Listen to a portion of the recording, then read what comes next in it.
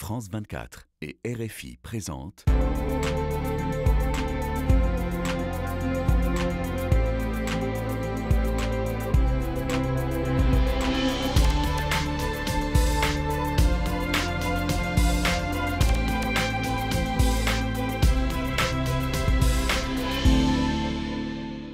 Bonjour à tous, bienvenue sur le parvis de l'Hôtel de Ville au cœur de Paris à l'occasion de la journée de l'Europe. Nous sommes sur la tente des débats pour un échange avec des sportifs et le public sur deux antennes, Radio France Internationale et France 24. À moins de 3 mois des Jeux Olympiques dans la capitale française, il est grand temps de se bouger. Et je le dis d'autant plus qu'à peine 38% des Européens pratiquent une activité sportive hebdomadaire. 45% n'en pratiquent aucune, jamais, selon Eurobaromètre. Alors, quel est le rapport entre le sport et l'Europe, me direz-vous ? Ce sont des politiques nationales, vous le savez, qui régissent le domaine du sport. Mais l'Europe agit en support. La justice européenne a par exemple tranché sur des sujets importants comme les violences dans les manifestations sportives, le dopage, les transferts des grands clubs. Et puis côté économie, l'Europe a des budgets dédiés pour aider les sportifs à participer à de grandes rencontres ou alors stimuler le sport pour tous, enfin pour vous tous en l'occurrence. Voilà pourquoi, bonjour Caroline, bonjour à tous, voilà pourquoi nous recevons aujourd'hui, vous le voyez autour de nous, des sportifs de très haut niveau, au parcours atypique pour certains, vous allez le découvrir. Ils ont tous un point commun, ils ont chacun participé, je regarde Riyad Salem, je vais dire à au moins une fois des Jeux olympiques ou paralympiques. Je vous regarde parce que vous en avez quelques-uns au compteur. Autant dire que ce sont donc de très grands champions qui sont avec nous et des personnalités bien affirmées.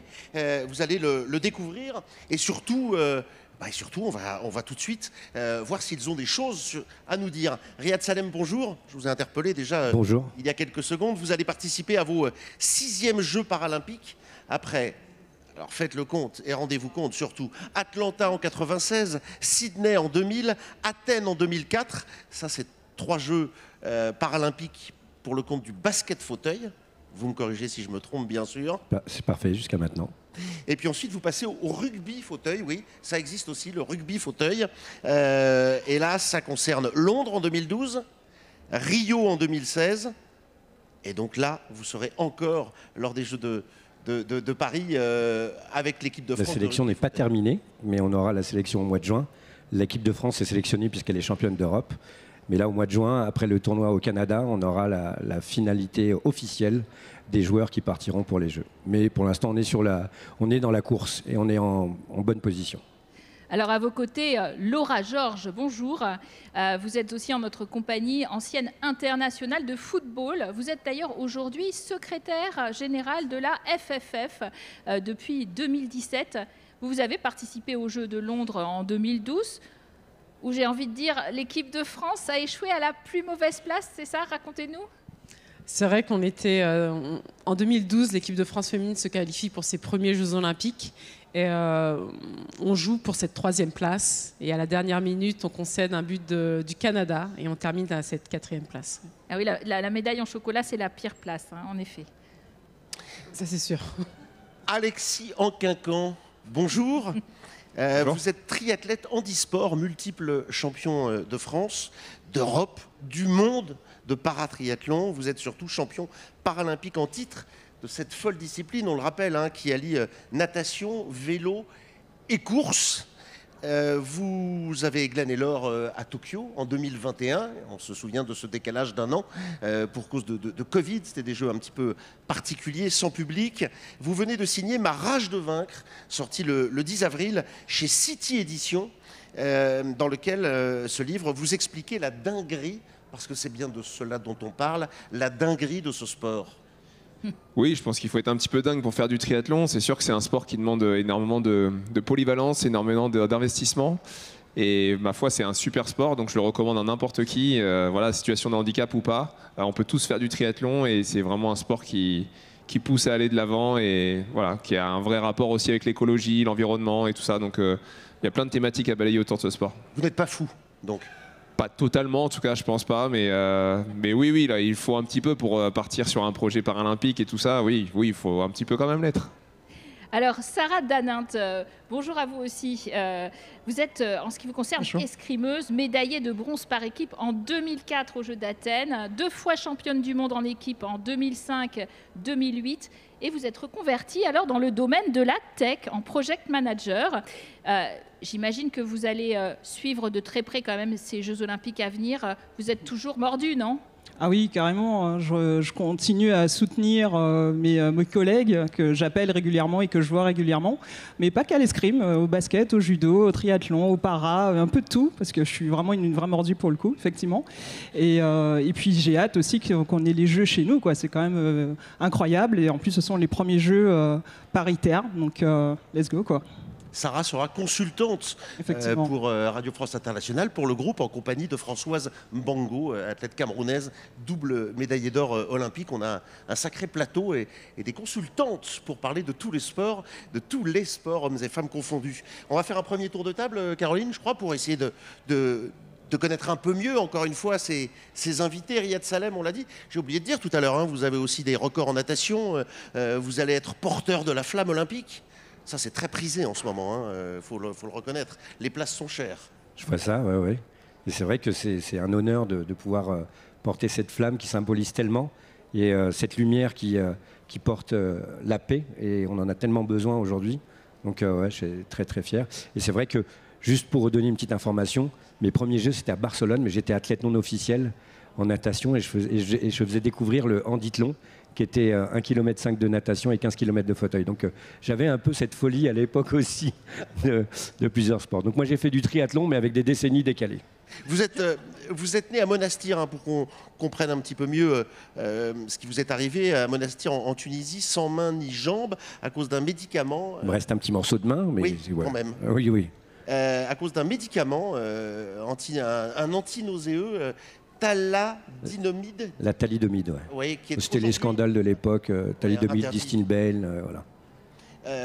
Vous arrivez en France à 2 ans, et 50 ans après, vous avez donc participé aux plus grandes compétitions dans plusieurs disciplines. On l'a dit. Comment ça marche? Autrement dit, comment avez-vous réussi un tel exploit depuis, si on remonte à Barcelone, ça fait 32 ans. Oui, c'est ça, à peu près 33 ans de haut niveau. Je ne sais pas comment ça marche. En tout cas, j'avais une passion, c'était le basket. Et je me suis toujours projeté en me disant, je sais que je ne serai pas le meilleur, mais j'avais envie de jouer avec les meilleurs. Et c'est cette envie et cette passion qui m'a fait perdurer. Et parce qu'il y a eu des opportunités et pas mal de gens qui croyaient en moi. Et c'est vrai que Mère Nature m'a doté, m'a retiré des morceaux, mais elle m'a donné une qualité athlétique qui est encore présente aujourd'hui. Donc voilà. Vous aussi, c'est vrai, Alexis, en Quinquan, j'ai dévoré ma rage de vivre. Vous avez soulevé un peu des montagnes suite à un accident, cette fois, qui vous a coûté une vingtaine d'opérations, une amputation, et vous laissez dans 3 disciplines en même temps que forme le triathlon. Alors pourquoi avoir choisi justement ce sport de haut niveau que vous jugiez d'ailleurs indispensable à votre vie? Racontez-nous un peu. Oui, un parcours de vie, un accident, c'est tragique, et à la fois il faut se relever. Et en fait, j'avais besoin de me prouver à moi et prouver aux gens en général que d'être amputé d'une jambe, c'était pas la finalité, que c'était pas ce qu'il y avait de plus grave. Et j'avais envie de repartir du bon pied, si je puis dire. Donc avoir un vrai défi à hauteur de ce qui m'était arrivé. Et voilà, pour toutes ces raisons-là, le triathlon, parce que c'est un des sports les plus exigeants, plus polyvalents, etc., etc. J'avais vraiment envie de me lancer ce défi-là, et ça prouve que j'ai bien fait de le faire, parce que les résultats sont pas mauvais, quoi. Voilà. Mais c'est ma rage de vaincre et pas ma rage de vivre, mais c'est pas grave. Tout à fait.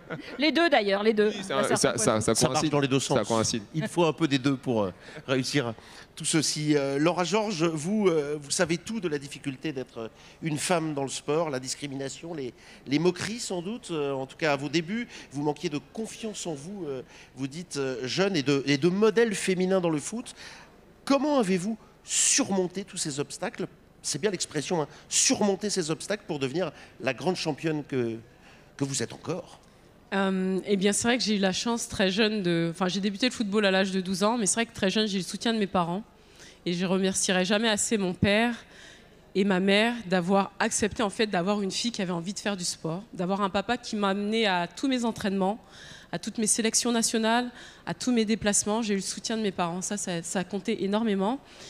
Mais c'est vrai que, étant adolescente et entrant dans un centre de formation, c'est-à-dire que lorsque je suis en centre de formation, eh bien, je suis dans un groupe de filles, de jeunes femmes, et ça n'a pas été évident. Et plusieurs fois, j'ai voulu arrêter. J'étais une joueuse assez dure, comme on dit, j'étais défenseur, mais ce n'était pas forcément apprécié. Vous savez, le jeu français, on est plutôt dans la technique, pas trop dans l'agressivité, alors que j'étais agressive à ce moment-là, dans mon jeu, et j'ai voulu arrêter plusieurs fois.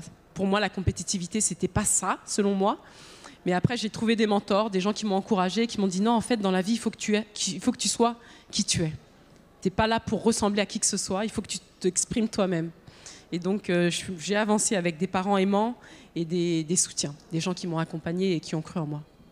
Ah oui, être qui on veut, ça n'est pas toujours facile. Sarah Danint, escrimeuse, c'est un sport d'ailleurs qui est réputé très riche, très chic, enfin pour les riches en quelque sorte. D'un certain point de vue, ça remonte. Mais vous êtes issu d'un milieu plutôt modeste en Guadeloupe, qui a une vraie tradition d'escrime, cela dit. Et vous dites que vous avez été victime sur votre parcours de sexisme, de racisme, de préjugés sociaux aussi. Comment vous les avez combattus pour trouver votre place au plus haut niveau d'ailleurs, j'ai envie de dire? C'est vrai que l'escrime, c'est un sport qui était un sport bourgeois avant, qui était aussi réservé donc, à une classe sociale assez aisée, on va pas se mentir. C'est un sport qui à la base coûte cher, les épées, la tenue qui est en Kevlar. Le Kevlar, c'est le matériau utilisé pour les gilets pare-balles, donc ça coûte quand même relativement cher. Moi, je viens d'un milieu modeste. Ça a été compliqué à un moment donné de me préparer, d'avoir du matériel, etc. Donc, ce qui s'est passé, c'est que moi, je me suis entraîné, j'ai pu avoir des résultats. Et en fait, c'est justement par ces résultats que j'ai été repéré en centre, que je suis rentré à l'internat en équipe de France. Et en fait, c'est à partir de ce moment-là, j'ai compris que c'était aussi une opportunité pour moi pas de changer de vie, mais en tout cas de saisir vraiment cette opportunité pour pouvoir faire autre chose et autrement. Et je pense que c'est ce qui m'a vraiment en fait permis de continuer, d'aller de l'avant et de pas tenir compte forcément des propos qui soient racistes ou autres, parce que finalement, ce qui compte, c'est l'objectif qu'on a en soi. Moi, j'ai quitté la Guadeloupe, 8000 km, donc je ne rentrais pas chez moi le week-end. Mes parents se sont investis financièrement comme ils pouvaient, en tout cas pour la réussite de mon projet. Et du coup, il était plus important, en tout cas pour moi, d'aller jusqu'au bout de mon projet, en l'occurrence de revenir avec une médaille olympique en Guadeloupe, plutôt que de répondre à ces agressions, qu'elles soient sexistes, homophobes ou qu'elles soient racistes ou autres. Parce qu'effectivement, je pense à cette période-là, si j'avais réagi de manière négative, je serais effectivement sorti de l'équipe de France et je serais jamais allé au bout de mon rêve et de la réalisation de ce travail même familial en fait. Ça aurait été un petit peu dommage quand même pour le coup. Allez, on va parler un peu plus d'Europe dans votre parcours. Alexis Anquincan, on imagine que vous l'avez sillonné cette Europe tout au long de votre carrière et des compétitions. Est-ce qu'elle est présente? Est-ce qu'elle vous a apporté quelque chose? Je ne sais pas, par des financements, des soutiens et autres? Alors, mon premier vrai souvenir de l'Europe, c'est mon premier titre de champion d'Europe. En 2017, je suis à Kitzbühel. Et en fait, c'est la première course qui est vraiment importante pour moi parce que c'est la première course où je représente le drapeau bleu-blanc-rouge au plus haut grade, en fait. Et c'est un souvenir exceptionnel puisqu'il y avait des conditions climatiques détestables. Vraiment, un temps à ne pas faire d'un triathlon, mais je le remporte, cette course. Et bien sûr que l'Europe, c'est très important. On a besoin de tous se mélanger les uns aux autres. C'est ce qui fait la beauté de notre société, c'est ce qui fait la beauté de nos sports. Finalement, le mélange, le partage. Et en fait, on est amené à voyager, à se rendre compte que finalement, voilà, c'est important. On apprend tous des uns des autres. On a des cultures différentes, on a des gastronomies différentes. Mais finalement, voilà, moi, j'adore partager ça. Et finalement, c'est ce qui me fait aussi adorer rentrer chez moi parce que on va pas se mentir, la meilleure gastronomie, ça reste quand même la gastronomie française, quoi. Ah oui, c'est ce qui nous fait hésiter à partir. Alors Laura Georges, footballeuse bien sûr professionnelle, aujourd'hui même secrétaire générale de la FFF. Vous connaissez sûrement l'importance de cette Europe dans votre domaine. D'abord, il y a une cour de justice effectivement qui tranche beaucoup de choses sur le foot, notamment les questions des transferts des joueurs, la question des violences dans les stades. Et puis il y a aussi l'importance de l'argent européen pour que ce soit un sport pour tous. Ça, toutes ces choses-là, vous les suivez de près, j'imagine. Oui, forcément, on les suit de près, et notamment avec les programmes que l'on souhaite apporter à l'étranger. Se dire qu'on sait que le football, on le voit beaucoup comme un business, mais il faut savoir que le football, avant tout, c'est un lieu pour rassembler les gens, rassembler les différences, être un lieu d'inclusion. Et forcément, on utilise les fonds européens pour accompagner nos programmes à l'étranger. Même si ce sont des fonds européens, ils nous aident à accompagner des pays, des fédérations, que ce soit en Asie, mais également en Afrique. En tout cas, il est très important pour nous de se dire que le football, c'est pas un business, c'est pas qu'un business. C'est avant tout un lieu pour réunir les gens et forcément, on se doit en tant que sport d'aider ceux qui ont peut-être moins de moyens. Riyad Salem, vous avez un engagement associatif et citoyen fort à travers notamment, là je suis obligé de lire mes notes, votre association CAPSA, c'est-à-dire Cap Sport, Art, Aventure, Amitié, c'est un sacré programme. Et votre grand rallye citoyen EduCap City, vous avez forcément avec cet engagement-là, vous aussi croisé l'Europe. Alors c'est vrai que moi j'ai croisé l'Europe avec le sport au départ, parce que mon premier titre c'était en natation.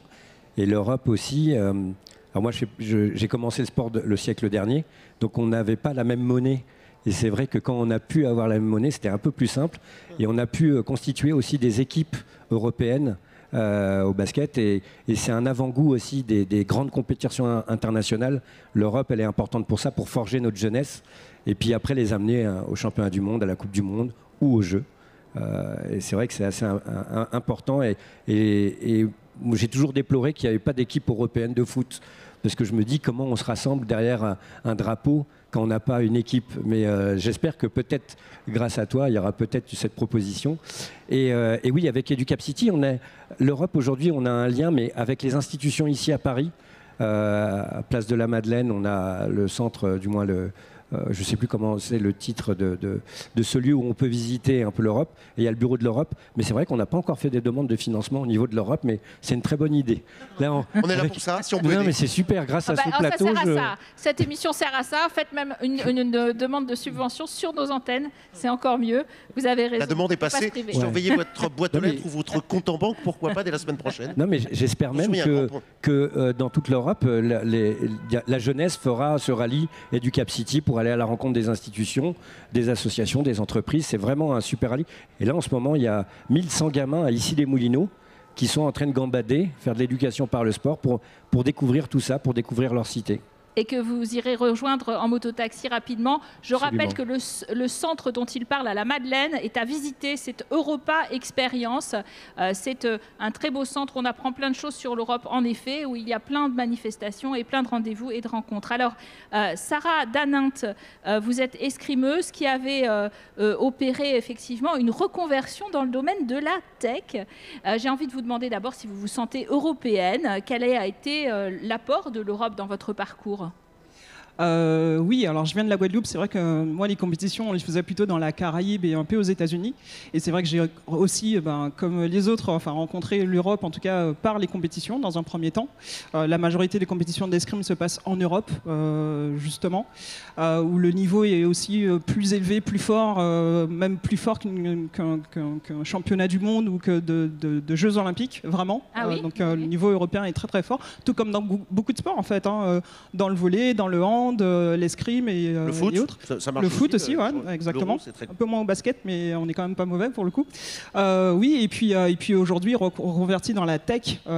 Parce que pour moi, ça a du sens. J'ai envie d'utiliser la technologie tout en gardant l'homme, enfin l'humain, au centre de la technologie pour essayer de changer, en fait, en tout cas les choses au niveau d'un point de vue social ou sociétal.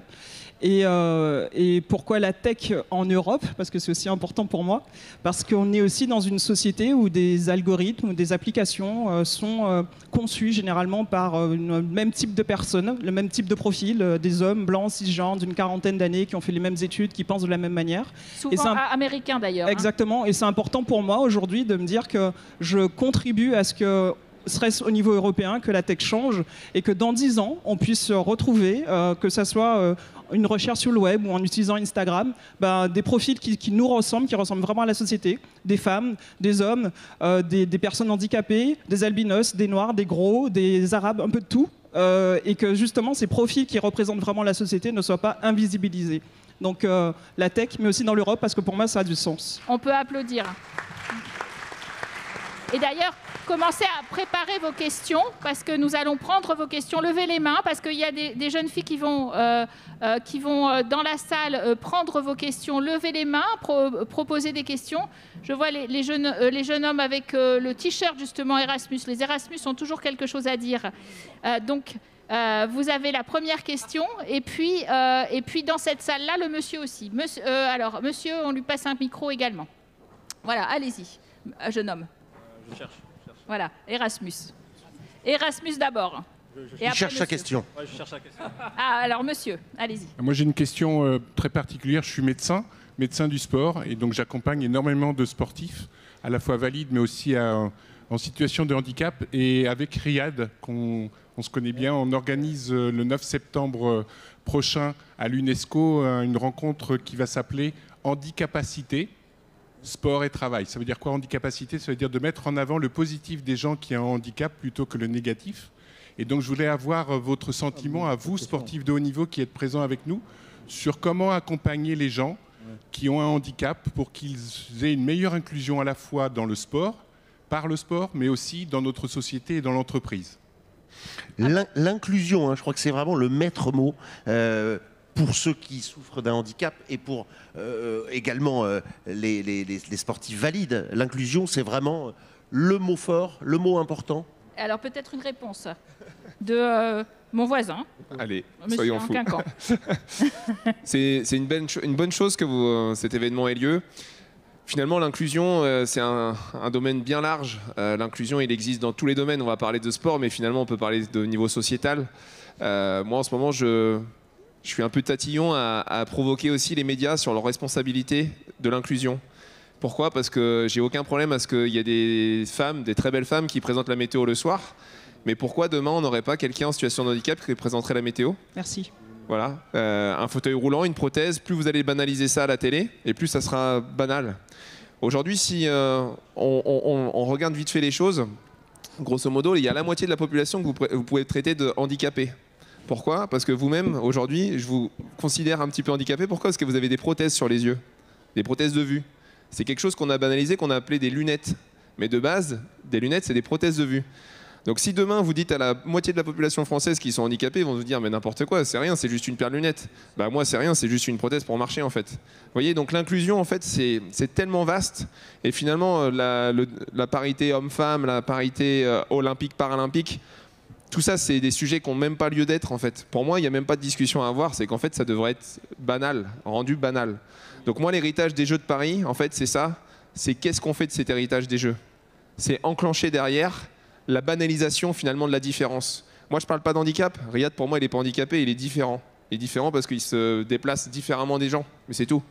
Donc voilà, je pense que la différence, elle existe partout. Couleur de peau, religion, sexualité, etc. etc. Enfin, et c'est ce qui rend notre société finalement intéressante. Si on avait été tous pareil, blonds, avec la petite moustache, etc., on penserait tous la même chose. On n'apprendrait rien des autres en fait. Donc on apprend tous des uns et des autres, et finalement cet aspect bienveillance, je pense qu'il faut l'avoir naturellement. Et si on l'a un petit peu oublié, il faut se réveiller et regarder autour de soi. Voilà, il y a plein de choses à découvrir partout autour de nous. Donc voilà, je me suis peut-être un peu évadé, mais c'était un peu le message que je voulais vous faire passer aujourd'hui. Non, mais c'est aussi...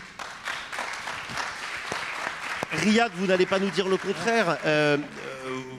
Vous êtes heureux de la vie que vous menez, mais le combat, il est aussi, non pas de permettre forcément de faire du sport, mais il faut permettre, dans une grande ville comme Paris, à un athlète handicapé de se rendre sur le lieu, que le lieu il soit accessible, que le vestiaire soit accessible, que la douche soit accessible. Bref, tout ça, c'est un travail, et c'est ça aussi l'inclusion. C'est vrai qu'on parle d'inclusion, on pense tout le temps handicap vers le monde ordinaire. Et nous, on essaye avec notre association, modestement, de faire aussi l'inverse, qu'il n'y ait pas une inclusion à sens unique. Parce qu'à partir du moment où on va penser que handicap, on ne va pas penser en termes généraux et on va se dire il y a tant de pourcents d'handicapés dans la société, ça ne vaut pas le coup au niveau financier. Mais si on pense, comme vient de le dire mon ami, qu'on est tous plus ou moins handicapés et qu'aujourd'hui, on est tous des handicapés en sursis parce qu'on a la chance en Europe de vieillir. Et donc notre autonomie, elle baisse.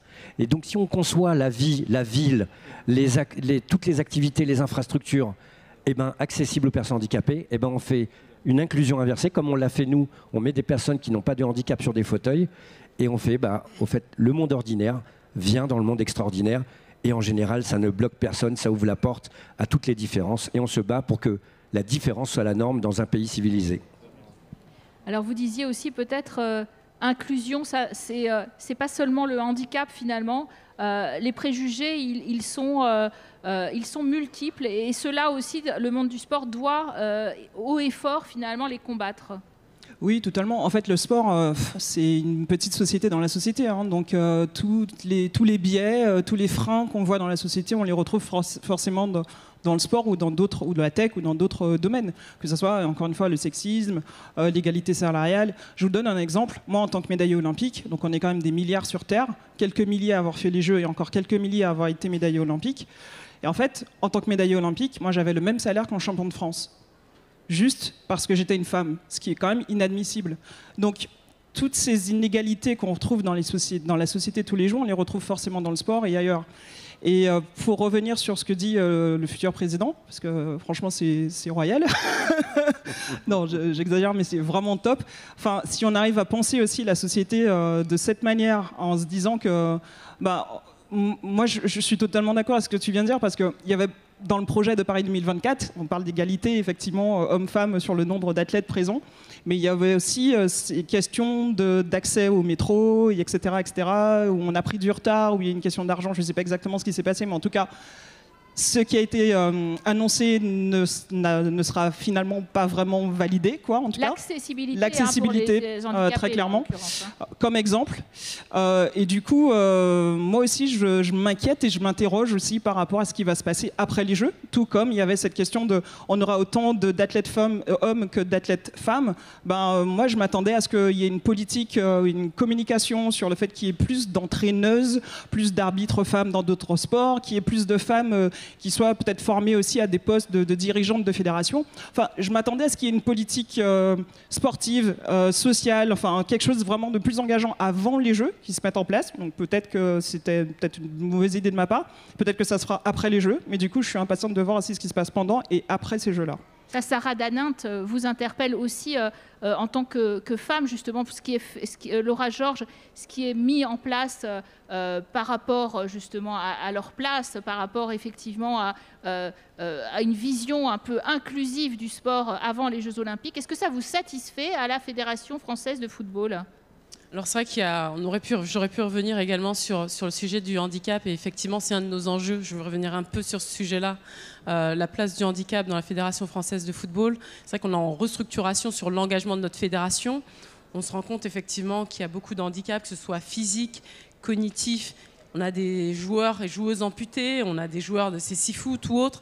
À la Fédération française de savoir se positionner, mais effectivement pendant ces Jeux et avant et après ces Jeux, c'est de se dire qu'on veut que toute personne en situation de handicap, en tout cas cognitif, puisse se dire qu'il est bienvenu dans nos clubs. Donc on a un gros enjeu de former des gens à accueillir ces nouvelles populations qui ne sont pas forcément à se dire le foot peut m'accueillir, mais aussi de faire savoir à nos coachs qu'ils doivent aussi être bienveillants vers des personnes qui seraient sûrement différentes ou qui ne seraient pas forcément à l'aise. Donc on a aussi cet enjeu de former à cette situation. Le foot santé, on y croit et c'est très important. Le rôle du genre, c'est un travail qu'on fait depuis quelques années. On sait, nos fédérations doivent avoir minimum, prochainement pour la prochaine mandature, dans les mois à venir, 50% des femmes dans les comités exécutifs. Donc ça fait depuis 4 ans que Brigitte Henriques, ex-présidente du CNOSF, a mis en place un programme des femmes dirigeantes. C'est-à-dire qu'on veut avoir des femmes à responsabilité. Pas pour se dire on est des femmes et il faut des femmes, mais parce qu'en fait avoir des femmes, et moi je vais un peu plus loin que des femmes dans des postes, je veux de la diversité. Parce qu'en fait l'enjeu d'avoir de la diversité dans les comités exécutifs, c'est de penser au sport de demain. Demain j'ai besoin de parler à des jeunes de cité.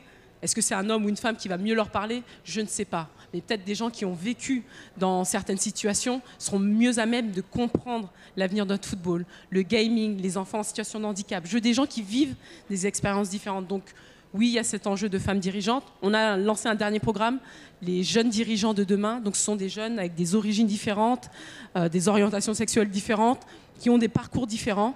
Parce que demain, on a besoin d'avoir une jeunesse qui vienne avec des responsabilités. J'ai un chiffre pour aller dans le sens de ce que disait Alexis Anquincan avant de passer à une autre question.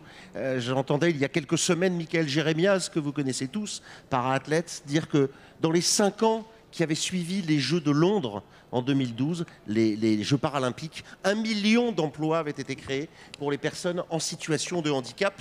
C'est un beau challenge et on espère que Paris saura relever, Paris et la région parisienne et la France sauront relever ce défi-là. 1 million d'emplois, ça n'est pas rien. Alors, levez bien vos mains, qu'on repère ceux qui veulent poser des questions. Monsieur, oui, derrière, le jeune homme derrière, une question avec qui aimait Erasmus. Vous avez raison. Exactement. Erasmus avec un t-shirt I love Erasmus. Voilà. J'ai une question pour chacun de vos 4. Quel a été votre plus beau moment en tant que sportif professionnel, si vous pouvez nous en décrire un? Et ensuite, je voulais savoir aussi si en faisant comment dire, un parcours sportif en étant jeune, si on pouvait aussi partir en Erasmus ou si c'est compliqué. Ah, est-ce qu'il y a des Erasmus pour le sport? Moi, c'est une vraie question, ça. Moi, je vais répondre à une des deux parce que j'ai jamais fait Erasmus, mais c'est vrai qu'avec le sport, j'ai pu voyager et faire quand même couvrir une bonne partie du globe. Donc ça, c'est quand même cool de rencontrer énormément de personnes, beaucoup de cultures différentes, beaucoup de nourriture aussi différente, de cuisines différentes, de profils différents, de langues différentes. Donc rencontrer des gens, et ça pour moi c'est une vraie richesse de vie, c'est ce que j'adore en fait, rencontrer des gens et puis discuter de la façon dont ils vivent vraiment. Voilà, d'une. Après, pour le meilleur souvenir, je pense que je prendrais très certainement celui des JO. Parce que voilà, je viens de la Guadeloupe, je viens d'une famille modeste. J'ai été médaillée olympique et double championne du monde dans un sport élitiste qui avant était un sport bourgeois. Quand j'ai décidé à 16 ans que je serais médaillée olympique, personne ne me croyait parce que déjà à cette période-là, je n'étais pas championne de la Guadeloupe. J'arrivais déjà pas à être championne de la Guadeloupe. Et ensuite parce que j'avais pas forcément les moyens d'acheter tout le matos et de partir en compétition, etc. Et malgré tout, je suis allé au bout de mon rêve, malgré le fait que personne n'y croyait, et de réaliser ce rêve et aussi de le redonner aussi bien à ma famille et personnes qui m'ont soutenu et à ma communauté, si je puis dire. Donc je pense que je prendrai les JO parce qu'il y a une grosse histoire importante derrière pour ma famille et pour moi. Et cette médaille, même si c'est moi qui étais sur le podium, je la partage vraiment de cœur avec mon entourage. Ça, c'était, vous avez entendu, donc Sarah Danint, Alexis Anquincan, votre meilleur moment? Mon meilleur moment, c'est clair que c'est la victoire à Tokyo, puisque quelques années en arrière, je suis sur un lit d'hôpital et je rêve de jeu. Et quelques années plus tard, je suis sur cette dernière ligne droite de Tokyo et en fait, mon rêve se réalise et c'est ce que je rêve. Enfin, c'est ce que je souhaite à tout le monde, de pouvoir réaliser un rêve parce que c'est juste magique. Et voilà, j'ai rêvé depuis de Paris et on verra ce que ça donnera. Laura Georges? Je dirais que un des meilleurs moments, c'est, alors quand on parle des Jeux Olympiques, on ne parle pas forcément football, mais Sarah a été les Jeux Olympiques de 2012. J'avais une année très difficile en club avec l'Olympique Lyonnais. Et lorsque je joue mes Jeux en 2012, je me dis, Laura, il faut que tu sois toi. Et en fait, je me révèle durant ces Jeux Olympiques. Alors oui, on termine à la 4e place, mais ça aurait été la compétition où j'aurais été le plus accompli en tant qu'athlète. Et pour revenir sur ta question, est-ce qu'on peut faire Erasmus+, donc c'est-à-dire que ces collaborations entre pays, partager, voyager? Oui, on peut le faire. Mais est-ce qu'on peut mener une carrière professionnelle en même temps? Ça sera un peu compliqué, mais en tout cas, on a beaucoup de jeunes engagés qui sont athlètes sportifs dans des clubs, en amateur, et qui font ces collaborations. Et notamment pendant l'Euro 2024, on a un groupement de jeunes Français qui vont être bénévoles sur l'Euro 2024. On a ces collaborations France-Allemagne. Et oui, on peut être athlète et participer à des programmes sportifs et faire partie d'une fédération sportive, oui. Riyad Salem, lequel de vos 5 Jeux paralympiques est jusqu'ici le meilleur souvenir? Alors juste, je vais préciser parce qu'on n'est pas professionnel. J'ai été professionnel fin des années 90 en Italie, donc c'était un petit Erasmus. Mais après, moi, j'ai eu 3 grands souvenirs. La première fois que j'ai fait mes Jeux à Barcelone, donc j'ai découvert que le monde était tellement diversifié. Ma sélection en équipe de France de basket. Et le dernier, c'était Londres. 6 septembre, un crunch, France-Grande-Bretagne, et je suis très, très mal, je me suis pris un sacré coup, je me fais masser, et l'animateur fait chanter quasiment 20 000 personnes « Joyeux anniversaire », avec la famille royale qui était présente, Serge Bensen, mon partenaire Andros qui était à l'époque, et j'ai eu des frissons, et ça a été un des souvenirs qui m'a marqué. Il n'y a que le sport qui peut vous offrir ça. Les crunchs ne sont de bons souvenirs que quand les Français battent les Anglais. Vous avez gagné? Non. Mais ce moment-là, c'était quand même un bon souvenir. Il y a une jeune fille qui voulait poser une question et après monsieur. Oui. Alors demain, je joue une finale assez importante, en tout cas pour moi. En quoi, pardon? Comment? En quoi tu joues une finale assez importante? En fait, c'est ma ville qui organise des Jeux Olympiques avec les villes jumelles, donc l'Allemagne, l'Italie et l'Amérique. Et du coup, je voulais savoir comment vous gérez cette pression avant une compétition importante. Ah, ça, c'est sympathique comme question. Qui veut répondre? Alors moi, je subis la pression, je l'accueille, et cette boule que j'ai dans le ventre, je la transforme en énergie. Et donc, c'est pas évident, mais ça bloque au départ, et après, ça devient de l'excitation. Et dès que je suis sur le terrain, je lâche tout. En fait, j'essaie de la concentrer parce que sinon, elle peut vous bloquer, elle peut vous paralyser. Il faut vraiment la transformer, quoi. Et ça, je ne sais pas la méthode. Il y en a qui écoutent de la musique, d'autres qui méditent. Il faut trouver ce qui va faire que cette pression, tu la transformes. Il faut créer ton propre transformateur à l'intérieur de toi. Vas-y. C'était la réponse de Riyad Salem. On passe à Sarah Danint. En fait, pour moi, j'ai eu beaucoup de mal au début à trouver mon truc. Il m'a fallu du temps, en fait, avec des années, pour comprendre qu'en fait, moi, j'ai besoin de me visualiser, de visualiser ma compétition et de ressentir, en fait, tu vois, le moment où je vais être vraiment une vraie guerrière, en fait, de le ressentir avant la compétition. Et en fait, à force aussi de t'entraîner, en fait, de t'entraîner. Et puis, je me parle positivement. En fait, tu as travaillé pendant longtemps pour être là. Là, tu es là, profite de ton moment et sois à fond dans ton truc. Et en fait, petit à petit, tu feras ton chemin et tu trouveras en fait ton truc, toi, qui te parle, le truc qui va t'animer et qui va te faire descendre petit à petit cette pression. On pourra tous te partager ce que nous, on ressent avant et pendant et après la compétition, mais il faudra de toute façon que tu fasses ton propre chemin, parce que c'est ça qui est le plus important. C'est pas forcément d'être sur le podium, même si on a tous envie d'y être, mais le chemin a une part hyper importante. Donc moi, la visualisation, le fait de me parler positivement et de me transcender en fait vraiment, et en me disant t'es une guerrière, tu vas tout défoncer et tu fais ton truc, quoi, en fait. On prépare des questions sur la partie gauche qui est un peu endormie de notre salle. On prépare bien les questions là, et il y a monsieur qui voulait parler là. Oui, bonjour. Est-ce que le sport, d'une façon générale, pour les sportifs de haut niveau que vous êtes, qu'est-ce qu'il apporte dans la vie éducative, dans la vie sociale, dans la vie des jeunes, hein? Qu'est-ce que, selon vous, ça apporte? Et ma deuxième question, est-ce que le sport qui permettrait d'améliorer notre santé à tout âge, est-ce que ça ne devrait pas être aussi une matière, un peu comme les mathématiques, le français, etc. hein? Voilà. Alors, vous avez l'air très inspiré. Je vous vois réagir effectivement Laura Georges déjà, et puis peut-être monsieur Anquincan après. Je vais venir sur en fait, qu'est-ce que le sport apporte? C'est vrai que c'est toujours la question, pourquoi on donne autant d'importance, ou pourquoi les Français ne donnent pas autant d'importance au sport que dans d'autres pays. Pour parler de mon expérience, ce que ça m'a apporté, ça a été une école de la vie. C'est-à-dire qu'à un moment, le sport, c'est où en fait, vous êtes face à vous-même. Vous allez perdre. On apprend à perdre, hein. Parce que, en général, on est auprès de sa famille, où on a des situations plus ou moins faciles dans la vie. Mais quand vous êtes dans le sport, vous êtes amené chaque week-end ou chaque jour à être confronté à perdre, à travailler en équipe. On n'est pas tout seul. J'ai fait un sport d'équipe. Mais aussi, on peut être dans un sport individuel. Donc, on apprend à perdre, on apprend à gagner, on apprend à peut-être se remettre en question, on apprend à connaître d'autres personnes.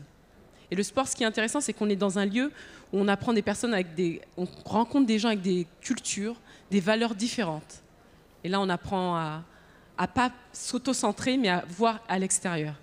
Pour moi, ça a été la plus belle école de ma vie. J'ai été quelqu'un de très timide et j'ai appris à avoir beaucoup plus confiance en moi. Voilà, ça c'était en tout cas... Et aussi à respecter les autres, pour le coup. Tout ce que tu dis, plus le respect, effectivement, le sport, c'est une très bonne école de vie. Alexis? Oui, ça rejoint tout ça et bien sûr qu'aujourd'hui, on se rend bien compte que l'éducation nationale, moi je suis père de famille et souvent mes enfants, je les ai entendus dire le sport, on n'a pas eu le temps de le faire parce qu'il fallait rattraper le maths ou le français, etc. Ça aujourd'hui, c'est pas acceptable. D'où on peut s'estimer de dire que le français ou les maths, c'est plus important que le sport. c'est pas plus important. Franchement, on le dit, le sport, ça véhicule un échappatoire. Ça permet de se défouler. Aussi, les enfants, ils ont besoin, quand vous êtes plusieurs heures comme ça assis sur une chaise, de moments d'avoir un exutoire en fait.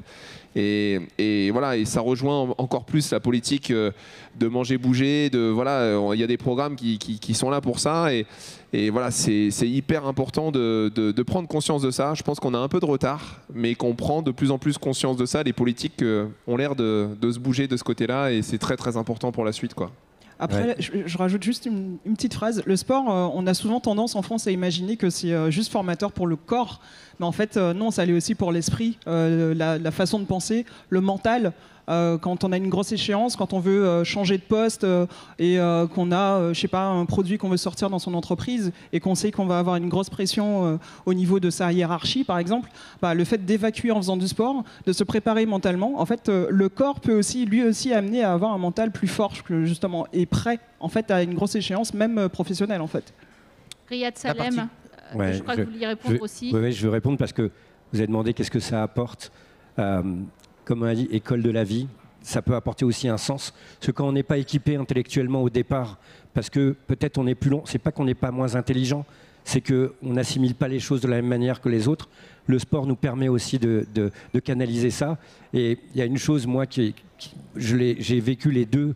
Ça veut dire que quand j'étais plus jeune, j'avais pas, quand vous arrivez avec moins quelque chose sur Terre, vous ne savez pas trop comment vous allez vous projeter.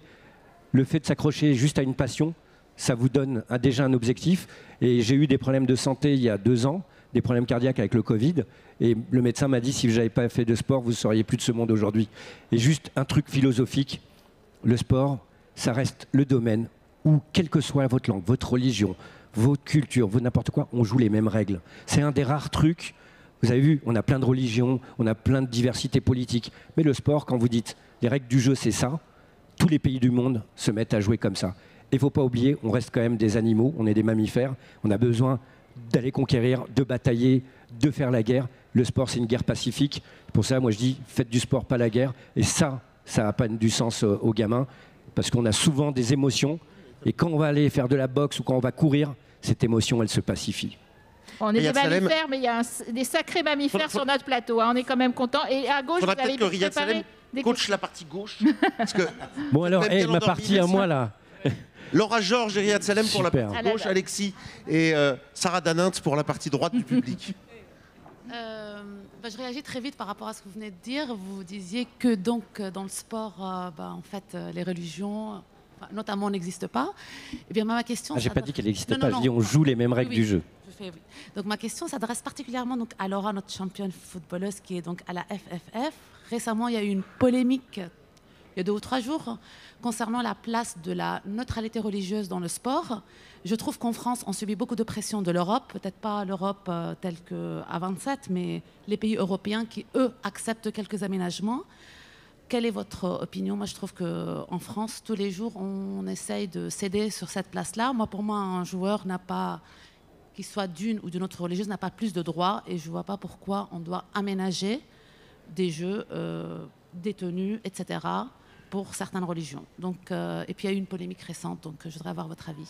C'est vrai que c'est un sujet très piquant, c'est un sujet qui fait énormément débat et qui reviendra, ça c'est sûr, notamment par rapport à la place du voile. Ce qui a été décidé au niveau du gouvernement, est-ce que c'est clair ou pas encore clair, et de la fédération, en tout cas, c'est de suivre cette volonté de neutralité sur le terrain. Alors forcément, ça fait débat où on se dit que c'est un sport inclusif, mais on s'est dit que le lieu où chacun devait venir serait neutre, quelle que soit sa religion ou autre. Chacun vient pour le terrain avec cet esprit, et donc toute marque religieuse devrait être à l'extérieur du terrain. La question, c'est pour Laura Georges. Donc là, les JO qui vont bientôt commencer. Pour l'équipe féminine, l'équipe de France, pensez-vous qu'elles sont capables d'avoir la médaille d'or? Je le souhaite vraiment. Oui. C'est vrai c'est la frustration du football féminin, c'est de toujours pas avoir de titre au niveau international. Maintenant, on sait qu'on a du talent. Il y a actuellement une finale qui est en train de se jouer, qui est peut-être en train de se terminer entre Paris et Paris FC. Fleury, oui. Et Fleury, plutôt, pardon. Et Fleury. Mais c'est vrai que c'est la grosse question, c'est est-ce que enfin les filles vont pouvoir sortir de cette pression, pouvoir enfin exprimer leur talent. Et à la maison, on a ce qui se fait de mieux au niveau européen. Maintenant, c'est vrai que maintenant, il faut qu'elle se libère. Il y a une sorte de confiance en elle, de groupe, d'état d'esprit pour aller la chercher, j'espère. Est-ce qu'on vous comptera dans le stade ? Oui, oui. Est-ce que vous y croyez ? Moi, j'y crois parce qu'elle a un potentiel, l'équipe de France féminine. Et j'ai vu à la Ligue des Nations, même si c'est en finale, elles ont perdu.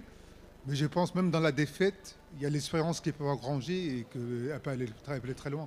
En tout cas, le dernier match, si vous l'avez vu, face à l'Espagne, face à la Suède.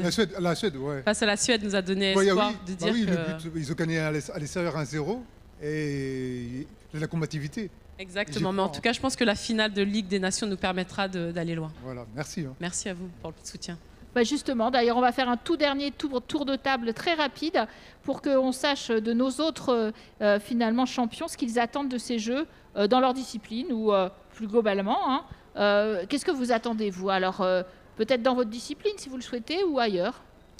Mais moi, j'attends beaucoup de ces Jeux. J'attends évidemment, puisque la seule médaille que je n'ai pas, il fait une fois les Jeux, il est médaillé. Moi, ça fait 6 fois que je l'ai fait, j'ai toujours pas la médaille. Donc, c'est la médaille qui me manque.